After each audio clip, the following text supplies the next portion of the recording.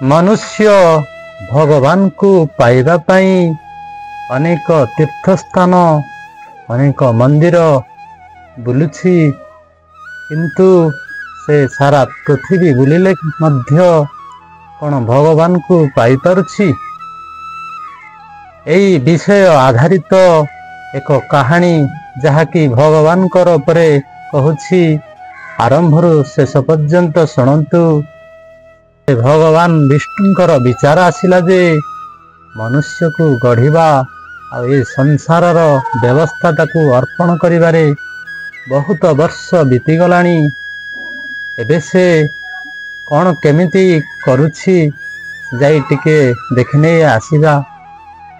एपरि से विचार करी से पृथ्वी पृष्ठ को गले हेले भगवान आगमनर खबर सुनी अनेक पृथ्वीवासी तांको भेटिबा पई पहुँचिले।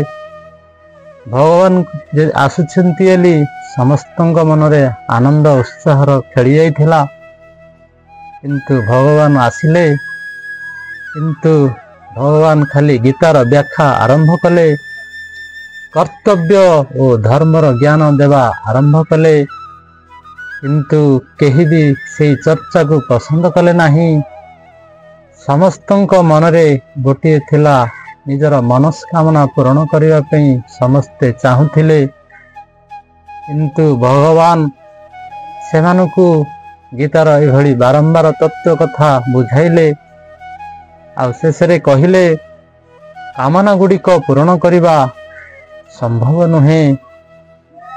कामना गुड़िक पूर्ण करिवार एकमात्र मार्ग होछि आत्मज्ञान।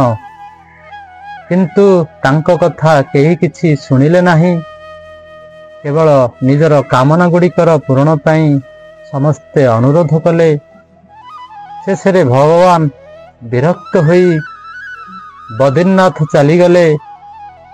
किंतु मनुष्य माने तांकर पछे पछे सेठारे भी जाई पहुँची गले।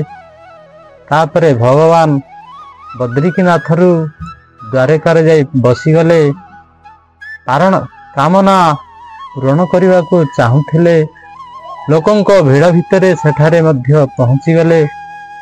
शेषरे भगवान मनुष्य मानकर एभली दर्शा देखी समस्त मनुष्यंकर हृदय रे निवास करिवार निष्पत्ति नेले।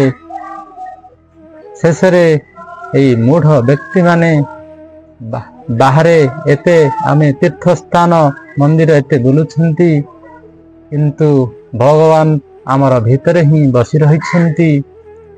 एई छोट विषयर उपस्थापन उचित शिक्षा हला जे आमे जिन कथारे कहा जाउछि सकल तीर्थ तोचरणे बद्रिका जीवी कि कारणे अर्थ